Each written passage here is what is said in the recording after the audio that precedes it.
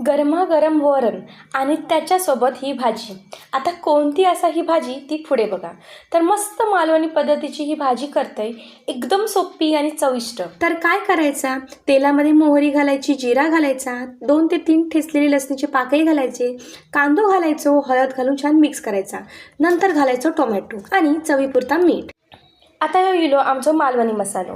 यानंतर याच्यामध्ये घालायचे कोकणामध्ये घराघरात केले जाणारे काळे वाटाणे.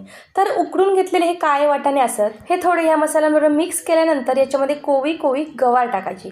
तर तुमका समजलाच असा की आपण करतो गवारीची भाजी. चांगली ही भाजी या मसाल्यांमध्ये मिक्स करायची. यानंतर एक वाफ काढायची. भाजी आपण चांगलीच तेलामध्ये परतल्यामुळे का जास्त पाण्याची गरज लागत नाही, त्यामुळे थोडंसं गरम पाणी इकडे वापरायचा. जर तुम्ही काळे वाटाणे घालून जर गवारीची भाजी केला नसेल ना, तर नक्की करून बघा. भाजी शिजली की वरून थोडंसं गरम मसाला टाकायचं, ओला खोबरा टाकायचा आणि कोथिंबीर घालायची. तर ही बघा आपली गवारीची भाजी तयार.